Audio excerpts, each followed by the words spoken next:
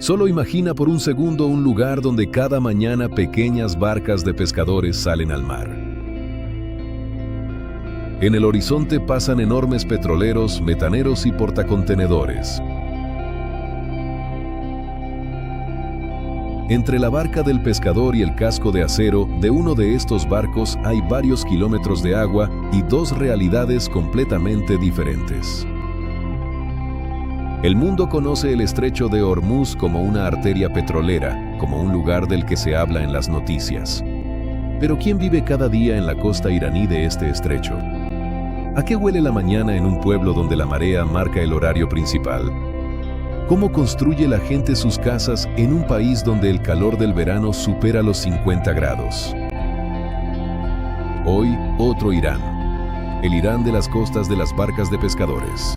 Aquel donde la vida se mide por el viento, el mar, el pescado y las generaciones.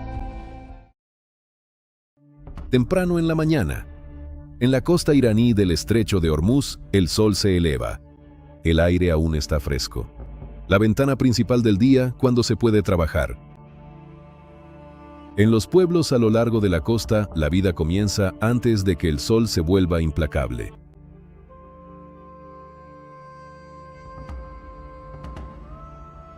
Los pescadores salen de sus casas con termos de té caliente. Van hacia el puerto.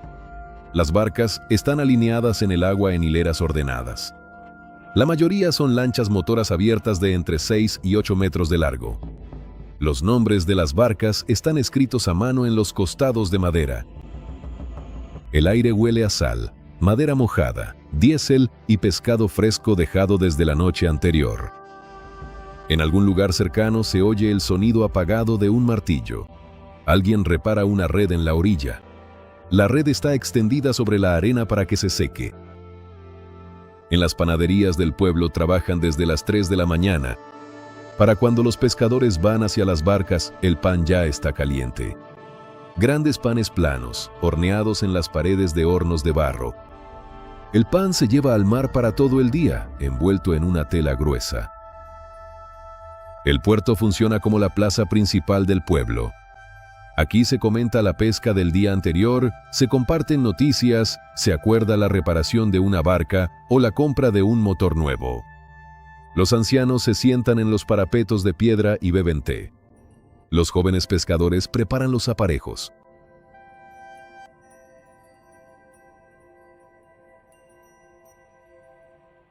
Antes de salir, cada barco pasa por una revisión.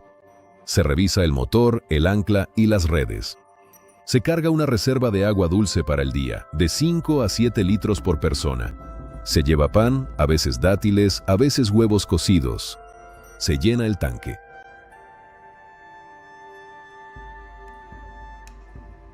A las 5 de la mañana, en varias bahías ya se escucha el zumbido de los motores diésel. Las primeras embarcaciones salen tras los rompeolas, avanzando hacia puntos conocidos o hacia nuevos lugares elegidos según la luna y la corriente. Luego comienza el trabajo.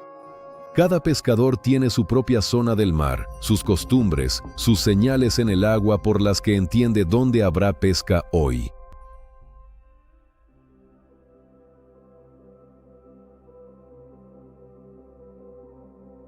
El pescador lee el agua como una página. El color de la superficie indica la profundidad y la temperatura. El oleaje causado por el viento indica la dirección de la corriente. Las aves sobre el agua señalan el lugar donde se encuentra el banco de peces. Pequeños chapoteos delatan un cardumen en la superficie. En el estrecho de Hormuz se pesca sardina, caballa, atún, mújol, barracuda, perca, camarones y langostas. Cada especie tiene su propia temporada, su propia zona y su propio método de pesca. Los pescadores veteranos conocen cientos de pequeños indicios para elegir el lugar. ¿Qué viento sopló ayer? ¿En qué fase está la luna? ¿Qué profundidad hay en este punto? ¿Hubo pesca aquí la semana pasada? ¿Dónde está ahora el agua fresca tras la marea baja? Los dispositivos modernos también funcionan. La mayoría de los barcos cuentan con GPS y una pequeña ecosonda. El sonar muestra dónde hay un banco denso bajo la quilla. El conocimiento tradicional se utiliza junto con los dispositivos. La ecosonda indica que hay peces. La experiencia dice cómo pescarlos exactamente en este lugar. Los métodos de pesca son variados. Algunos lanzan las redes a mano desde la borda. Otros arrastran largas redes de deriva detrás del barco. Unos terceros trabajan con líneas de mano y anzuelos para peces grandes. Algunos pescadores bajan trampas para langostas y cangrejos hasta el fondo con un flotador en la superficie. En la costa de la isla de Keshm todavía se utilizan las trampas de piedra Hadra. Es una tecnología ancestral. Se construyen muros semicirculares de piedras a lo largo de la orilla en la zona de marea. Durante la marea alta, los peces entran en el interior del semicírculo. Cuando el agua se retira, el pescado queda atrapado en la cuenca de piedra. Los pescadores la recogen con las manos. Algunas embarcaciones salen por mediodía. Regresan al mediodía cuando el sol se vuelve insoportable.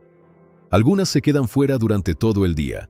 Pescan de noche, cuando sube el plancton y con él los peces grandes. Estas embarcaciones llegan por la mañana del día siguiente. La captura se lleva al mercado o se entrega a los intermediarios directamente en el puerto. El precio depende del peso, la frescura y la especie. La sardina pequeña se vende barata, mientras que un atún o una langosta grande pueden aportar a la familia el ingreso de una semana. Una pequeña barca de pescadores flota en el agua, mientras un petrolero pasa por el horizonte. La longitud del buque es de 300 a 350 metros. La altura del costado sobre el agua es de unos 20 metros. En la cubierta hay filas de tanques de petróleo o gas. El petrolero sigue una ruta que barcos similares han recorrido miles de veces. El estrecho de Hormuz transporta alrededor del 20% de todo el petróleo mundial. El pescador en su bote reconoce cada barco por su silueta: petrolero, portacontenedores, metanero, patrulleras de la guardia costera o carguero. Cada uno de ellos pasa por aquí con regularidad. Algunos pescadores trabajan en los puertos y han visto estos barcos de cerca. Otros hacen trabajos ocasionales en los muelles entre temporadas. Una lancha de madera de 10 toneladas con un solo motor pasa a unos cientos de metros de 100.000 toneladas de acero. La familia del pescador gana en un mes menos de lo que un petrolero de ese tipo gasta en combustible en una hora de navegación. La riqueza que transportan estos barcos pasa de largo por las aldeas. Muy poco de esa riqueza llega a las comunidades locales. Las carreteras, escuelas y hospitales aquí suelen ser muy básicos. Hay electricidad, aunque a veces se corta. La señal de telefonía móvil no llega a todas partes. La mayoría de los pescadores solo conoce su propio mar, su costa, su aldea. El capitán del petrolero observa el estrecho a través de un mapa con coordenadas. El pescador mira el estrecho desde la borda de una lancha de madera con 50 años de historia y 3 dueños hasta el actual.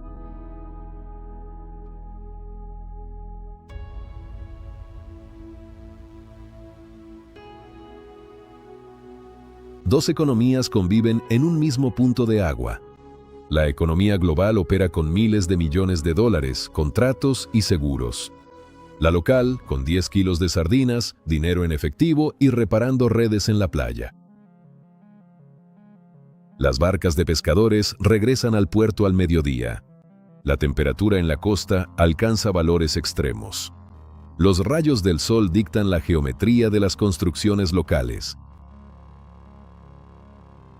En verano, en la costa iraní del estrecho de Hormuz, la temperatura sube hasta los 50 grados a la sombra. La humedad se mantiene por encima del 80%. Dentro de las construcciones de tipo estándar, la temperatura supera la del aire exterior. Por eso aquí, durante siglos, se ha construido de manera muy diferente a la del norte de Irán. Las casas en las aldeas tradicionales de la costa están hechas de ladrillos de barro.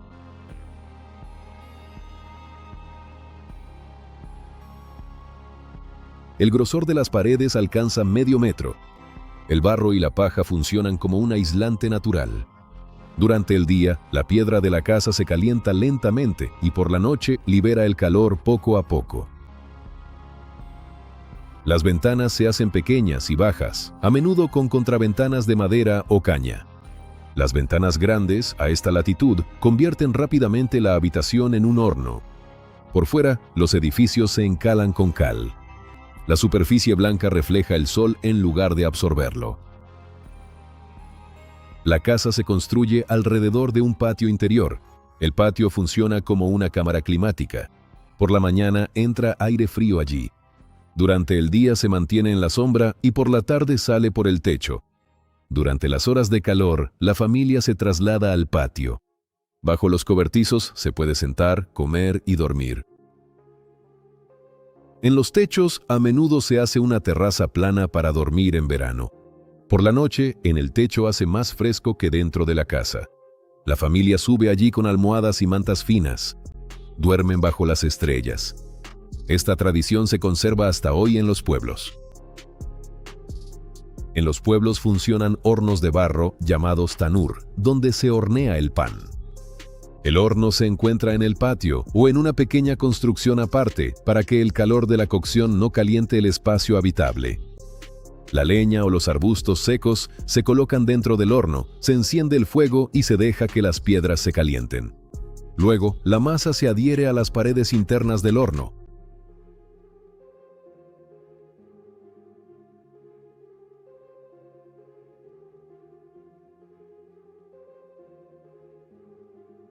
El elemento principal de la arquitectura del sur de Irán es una torre alta en el techo. Desde lejos parece un minarete, solo que sin cúpula. Por dentro está vacía. Esta torre se llama Badgir. En persa, esta palabra significa atrapavientos, una antigua tecnología iraní de enfriamiento natural de la casa. La construcción es sencilla. Una torre rectangular alta se eleva sobre el techo de la casa entre 5 y 10 metros. En los laterales de la torre hay aberturas abiertas, orientadas hacia las direcciones de donde suele soplar el viento. Dentro de la torre hay un conducto vertical que lleva directamente al interior de la casa. El principio de funcionamiento también es sencillo. El viento entra por la abertura superior, desciende por el conducto y llega a la sala de estar. En el camino, el aire se enfría gracias a varios mecanismos. La propia torre proyecta sombra dentro del conducto y las paredes de la torre están más frescas que el aire exterior. En la parte inferior del conducto a menudo se coloca una piscina con agua. El aire pasa por encima del agua y se enfría gracias a la evaporación.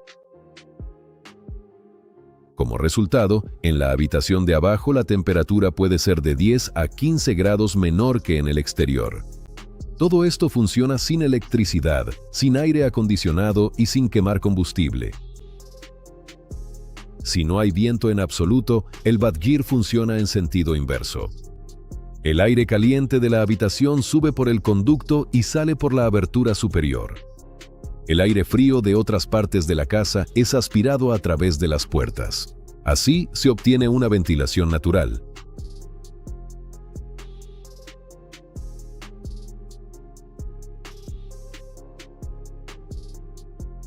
Los badgires se construyeron en Irán durante 2000 años. Las primeras menciones de este tipo de estructuras se encuentran en la arquitectura persa de la antigüedad. Se desarrollaron especialmente en las regiones del sur y centro, donde el calor supera los 40 grados en verano.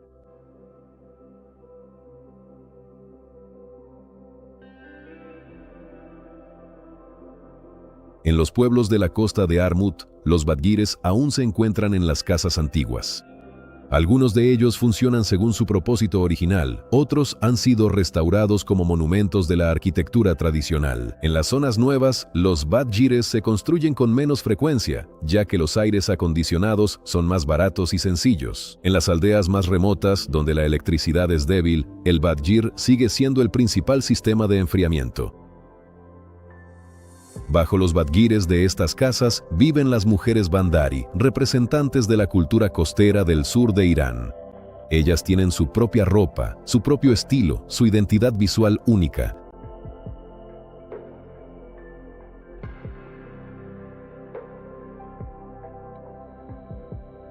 La palabra proviene de bandar, que significa puerto. Su vestimenta es diferente de la imagen habitual de la mujer iraní que se ve en las noticias o en las películas. Los vestidos son llamativos. Se utilizan colores rojos, verdes, amarillos, violetas, naranjas y azules. Los vestidos suelen estar adornados con bordados de hilos dorados, pequeñas lentejuelas y cuentas. El vestido en sí es largo, hasta los tobillos, con mangas anchas. El elemento visual principal es la cobertura facial, que se llama borka. Es una máscara metálica que cubre la parte superior del rostro. La forma depende de la región. En algunos lugares es rectangular, en otros tiene ángulos puntiagudos alrededor de la nariz. El color del metal suele ser oscuro, dorado, bronceado, a veces rojizo. El origen de la borka es controvertido. Algunos investigadores consideran que sirve como protección contra el sol y el viento arenoso. Algunos la consideran una herencia de antiguas costumbres derivadas de la vecindad con el mundo árabe, de donde máscaras similares llegaron a Hormozgán hace muchos siglos. Otros la asocian con motivos religiosos de modestia. Hoy en día, la borka está desapareciendo gradualmente de la vida cotidiana. Las mujeres jóvenes la usan rara vez. Quienes continúan llevándola, en su mayoría pertenecen a la generación mayor o viven en las aldeas más remotas. La juventud en ciudades como Bandar Abbas prefiere el hijab común sin la máscara metálica. El trabajo de las mujeres bandari en las aldeas es tradicional.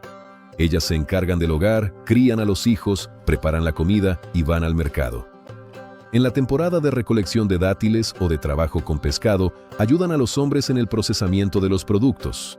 Secan pescado, limpian camarones, salan sardinas para el invierno, confeccionan ropa y textiles para la familia. Muchas mujeres bandari son excelentes artesanas. A menudo hacen ellas mismas los vestidos y las borkas. El bordado se transmite de madre a hija. Los patrones se repiten durante siglos, a veces con pequeñas modificaciones. El vestido moderno cada vez se confecciona más con telas sintéticas, pero los patrones tradicionales permanecen. En el mercado local, las mujeres bandari ocupan sus propios puestos. Venden dátiles, especias, pescado, telas y repostería casera. Parte de la mercancía la traen desde las aldeas por la mañana y al mediodía el mercado se cierra debido al calor.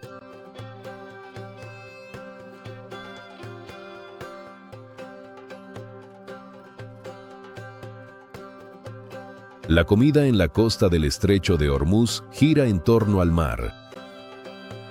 El principal producto es el pescado.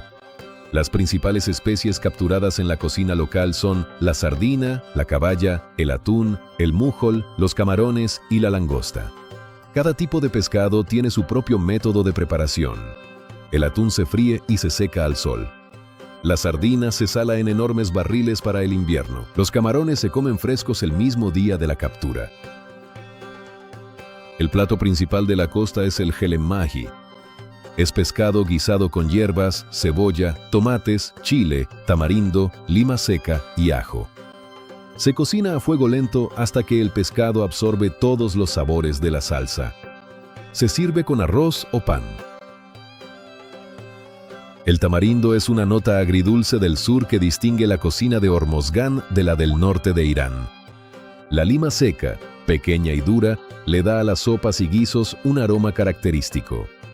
La cúrcuma y el cilantro son las especias principales con las que se condimenta casi todo. El pan funciona como una herramienta universal. Grandes panes planos se hornean en un horno de barro. Se usan en lugar de cuchara, recogiendo el pescado guisado.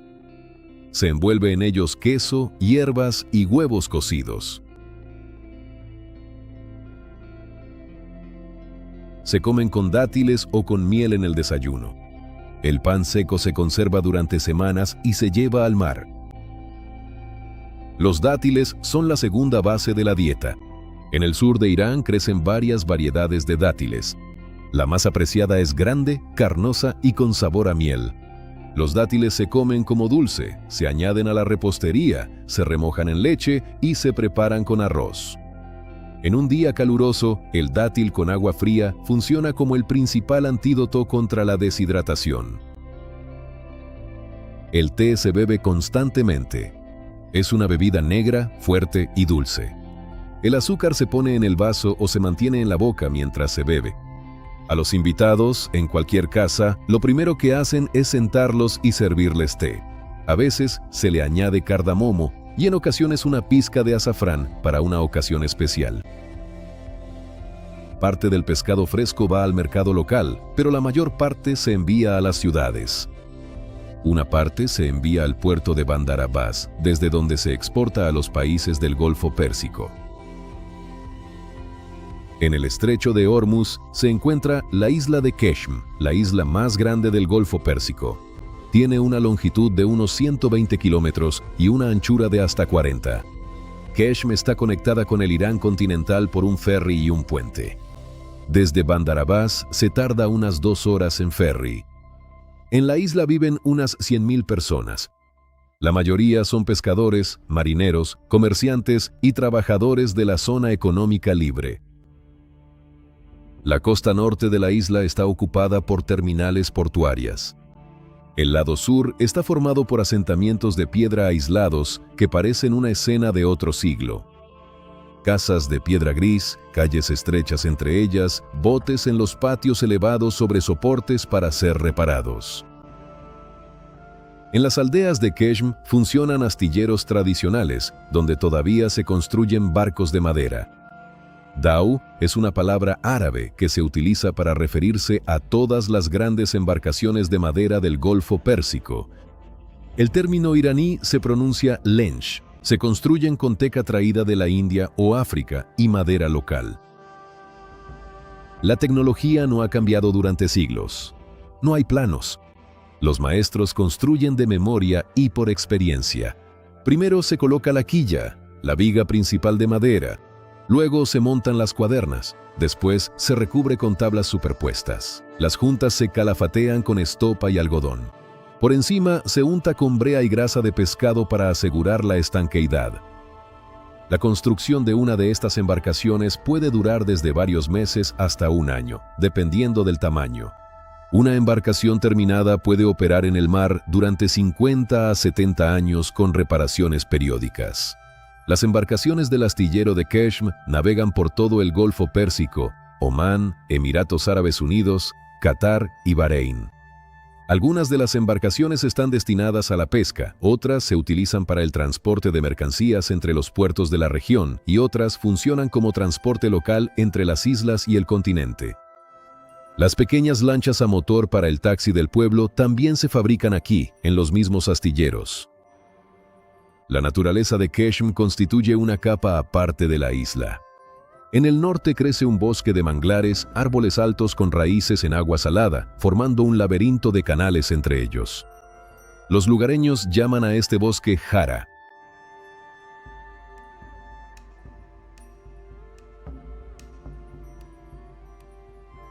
Estos árboles representan un fenómeno biológico. Crecen donde los árboles comunes no sobrevivirían. Las raíces soportan una salinidad que supera varias veces la habitual. La propia planta filtra la sal a través de células especiales. El exceso de cloruro se elimina a través de las hojas. La altura de los árboles alcanza los 5 a 6 metros. Las raíces se elevan sobre el agua como dedos curvados. Parte de las raíces sale verticalmente del lodo para obtener oxígeno. No se puede llamar río al agua entre los árboles, aquí no hay corriente. Es un laberinto de canales por los que solo puede pasar una pequeña embarcación. En el bosque de manglares vive una fauna especial. Aquí anidan garzas, flamencos durante la temporada de migración y cormoranes. Aquí se encuentran tortugas marinas y muchas especies de cangrejos. Entre las raíces desoban los peces, que luego son capturados por los pescadores fuera del bosque. Sin los manglares, la cantidad de peces en esta zona de la bahía sería mucho menor. Los habitantes locales han utilizado el bosque durante siglos. La madera del mangle es dura y resistente al agua.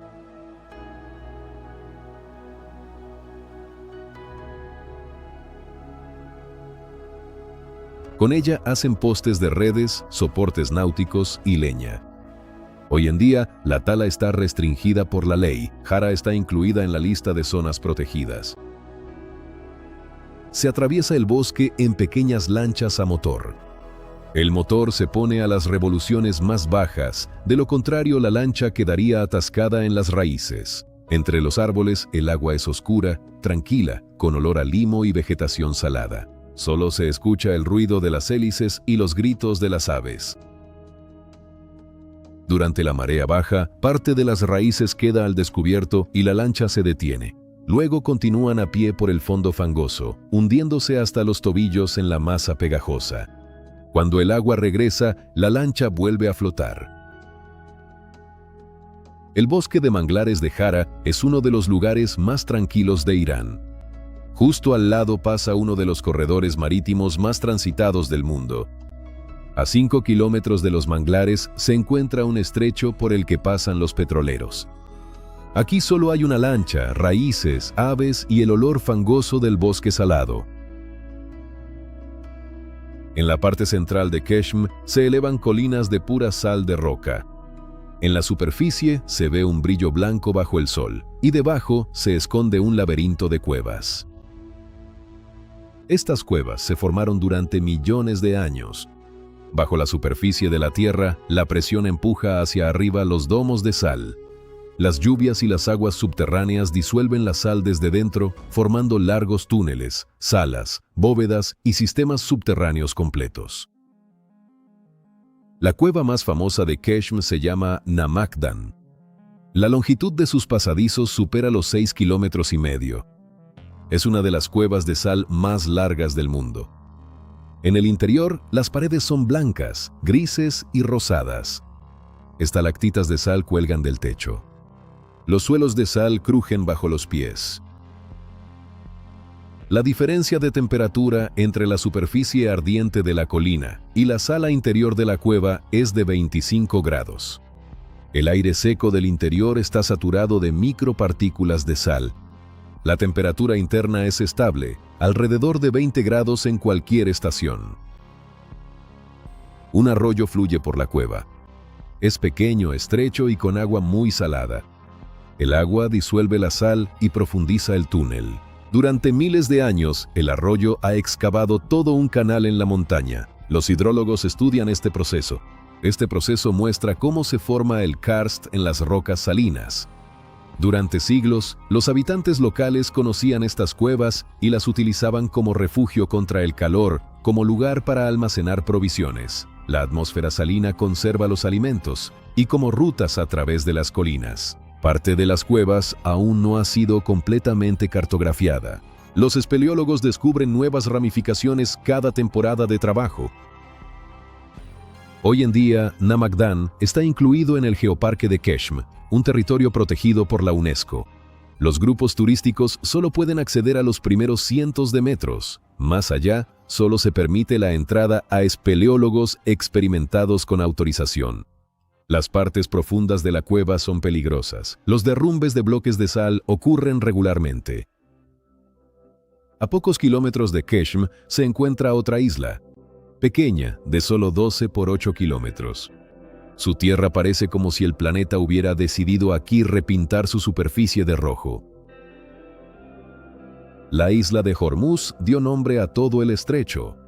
Su tamaño es de aproximadamente 20 kilómetros cuadrados. Está situada en la parte más estrecha del estrecho, a pocos kilómetros de la costa iraní y de Keshm. La principal característica de Hormuz es el color de su tierra, rojo, no un tono arcilloso, sino un rojo anaranjado intenso que a veces se transforma en carmesí y violeta. Colinas y playas enteras aquí parecen como si alguien las hubiera pintado. La razón está en la geología. La isla se formó por el ascenso de diapiros salinos con un alto contenido de óxidos de hierro y otros minerales. Cuando llueve sobre la colina roja, el agua baja en arroyos rojos. El mar junto a la orilla también se tiñe de color esos días. Los pescadores llaman a esto marea roja, que está relacionada con la geología y no con microorganismos. La tierra roja es utilizada por los habitantes locales. De ella se obtiene pigmento para pinturas. Parte de la arena de la playa antes se exportaba para la producción de colorantes industriales. Ahora la exportación está limitada, ya que destruía demasiado el paisaje natural. La superficie de la isla contiene toda una gama de colores diferentes. Además del rojo, se encuentran colinas amarillas de azufre, zonas negras de basalto y franjas blancas de sal. Desde lo alto, la isla parece una paleta de colores. Bajo el sol, todos los colores se vuelven más intensos, especialmente después de la lluvia. Los habitantes locales mezclan los pigmentos de diferentes colores con agua y los usan como pintura. En las paredes de las casas en el pueblo de Hormuz se pueden ver frescos pintados con tintes locales. Algunos de ellos son proyectos artísticos modernos, otros son pinturas antiguas. En la costa de la isla hay varios pequeños pueblos. La población es de unas 5.000 personas, la mayoría de las cuales se dedica a la pesca. Las antiguas fortalezas de la isla quedaron de la colonización portuguesa del siglo XVI, cuando Hormuz era un punto estratégico para el comercio de especias. Ahora, de las fortalezas solo quedan ruinas hechas de las mismas piedras rojas. El transporte entre Qeshm, Hormuz y el Irán continental se realiza por vía marítima.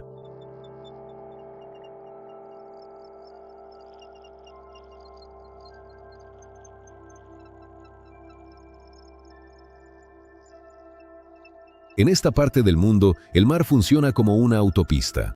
La lancha es más importante que el coche. Entre las islas, los pueblos pesqueros, los puertos y el continente, la gente se desplaza por agua. Las pequeñas lanchas a motor hacen las veces de taxi. En ellas se transportan pasajeros, productos, pescado y pequeñas cargas. El precio del traslado entre el pueblo y el centro del distrito es de varios dólares en moneda local. El trayecto dura entre 30 minutos y 2 horas, dependiendo de la distancia y el oleaje. Las lanchi de madera son grandes embarcaciones de 2 mástiles que transportan mercancías. Llevan cargas pesadas, materiales de construcción, barriles de combustible, redes de pesca y ganado en corrales sobre la cubierta. La lanchi puede navegar con motor o a vela. La velocidad es baja, de 5 a 8 nudos. El transporte lleva días. Muchas rutas comerciales en el Golfo Pérsico todavía son atendidas por lanchi. Navegan entre Irán y Omán, Irán y los Emiratos Árabes Unidos, Irán y Qatar. Los portacontenedores transportan productos industriales. Las lanchas llevan productos locales y cargas personales. Una embarcación de madera puede llegar a lugares donde una grande de metal no puede pasar. En los pueblos alejados de las carreteras, la lancha sigue siendo la única forma de llegar al mundo exterior. Parte de las aldeas están conectadas con la infraestructura continental únicamente por vía fluvial. La escuela está en el pueblo vecino. El hospital está ubicado en Bandar Abbas. El mercado está abierto en la isla. La boda se celebra en una familia de la otra orilla. A todos lados se va en lancha. El combustible para las lanchas representa el principal gasto de las familias locales. El precio del diésel en la costa es más bajo que en muchos países del mundo. Para los pescadores sigue siendo un gasto considerable. Cada salida al mar requiere de 20 a 50 litros de diésel. Si la pesca es escasa, la salida no se compensa.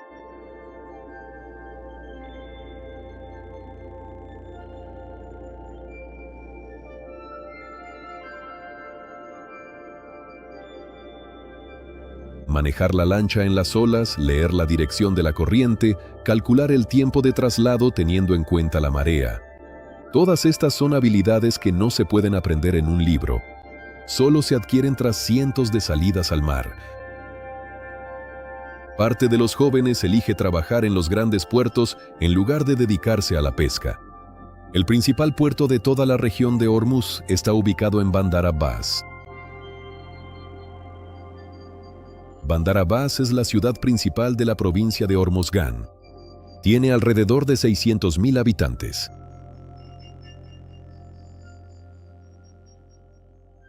A través del puerto pasa una parte significativa de las exportaciones e importaciones de Irán. En el puerto funcionan terminales de contenedores, grúas y almacenes.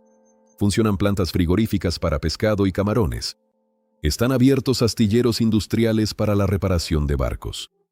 En la zona se encuentran una base naval y varios grandes terminales petroleros. La ciudad atrae a jóvenes de las aldeas cercanas. El salario de un trabajador portuario es más alto que los ingresos de un pescador de una familia promedio.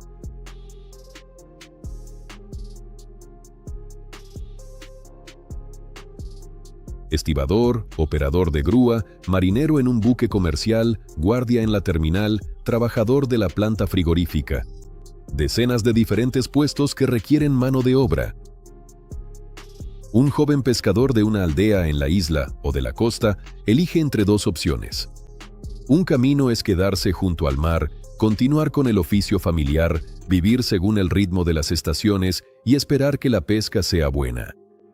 El otro camino es irse a Bandar Abbas, conseguir un salario estable, alquilar una habitación en la ciudad y enviar parte del dinero a los padres en la aldea. Algunos eligen la primera opción, otros la segunda. Algunos prueban ambas, trabajan en el puerto durante medio año y luego regresan al pueblo para la temporada de pesca. Vivir entre dos lugares se ha vuelto algo común. En los pueblos se quedan principalmente los ancianos, las mujeres con niños pequeños y algunos hombres que trabajan como pescadores, toda la vida. El niño del pueblo termina la escuela allí mismo. Luego sigue el instituto técnico o la universidad en Bandar Abbas o en una ciudad más grande.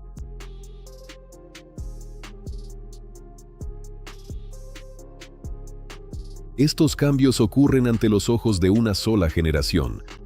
El abuelo era pescador, el padre siguió siendo pescador. El hijo trabaja en el puerto y viene al pueblo los fines de semana. El nieto quizás se mudará aún más lejos, a Teherán o al extranjero. Este proceso está cambiando la demografía de la costa. En las casas vacías solo quedan los ancianos y las mujeres con niños. La vida en la costa iraní del estrecho de Hormuz no es fácil. La lista de dificultades es concreta.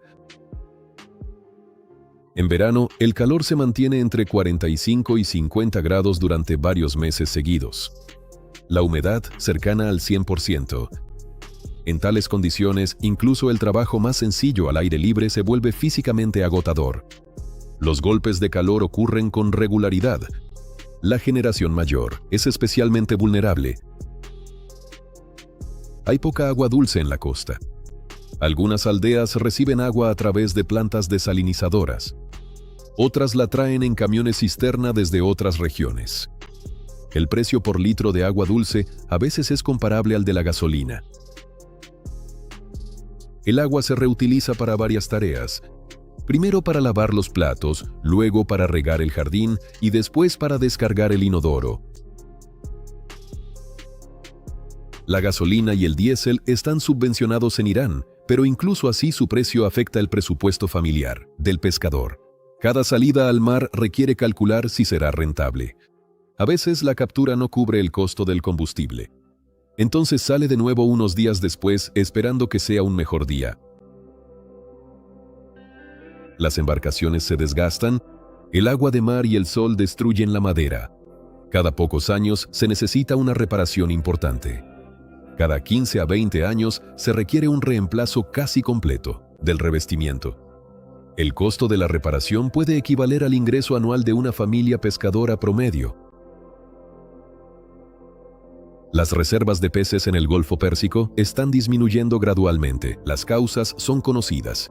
La sobrepesca por parte de arrastreros industriales de otros países de la región, la contaminación del agua por derrames de petróleo, la pérdida de lugares de desove debido a la construcción de puertos.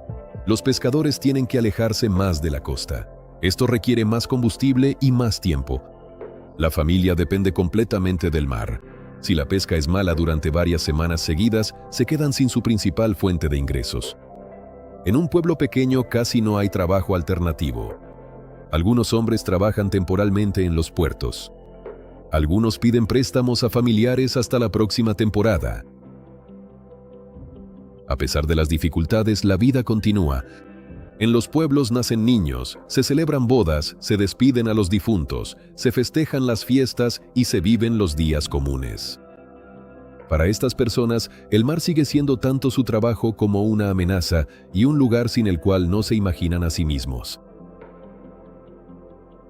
El mundo conoce el estrecho de Hormuz por el mapa de las rutas de los petroleros y a través de las noticias sobre los precios del petróleo, de los grandes barcos y de las cifras del comercio mundial, la costa de este estrecho conoce otra realidad.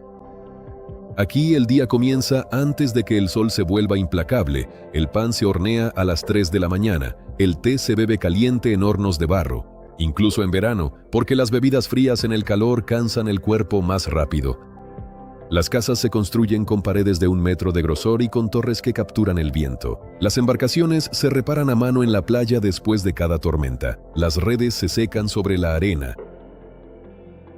Aquí, el pescador conoce cada bahía de su costa. Sabe qué viento llegará dentro de 2 horas.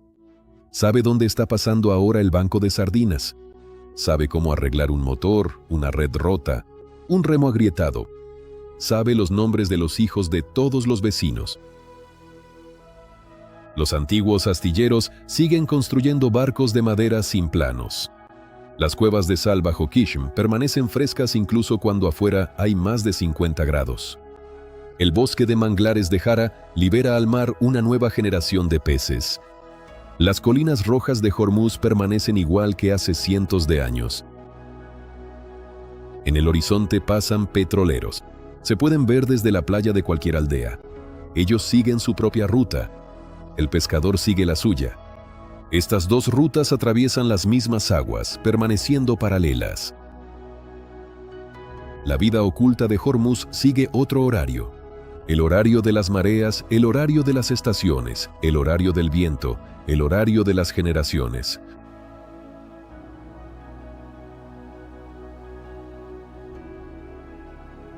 Aquí el abuelo enseñó al padre a reparar la vela, el padre enseña al hijo a leer las corrientes, el hijo enseña al nieto a hacer nudos. Las riquezas del petróleo mundial pasan de largo por estas aldeas. A ellos les queda otra riqueza. El mar, la familia, el conocimiento de su costa, el viejo badjir que refresca la casa sin electricidad, el pan horneado en la pared de un horno de barro, el vestido con bordado dorado que la madre le pasó a la hija. Las noticias más importantes para esta gente no se escriben en la bolsa, llegan con la marea. ¿Qué pescado hay hoy? ¿Qué viento sopla? ¿Quién ha regresado vivo del mar? ¿Quién ha nacido? ¿Quién se ha ido? Si alguna vez se encuentran en esta parte de Irán, presten atención a la costa, a los botes, a las redes, a las personas que conocen su mar mejor que cualquier sistema de navegación. Su vida es el verdadero Hormuz.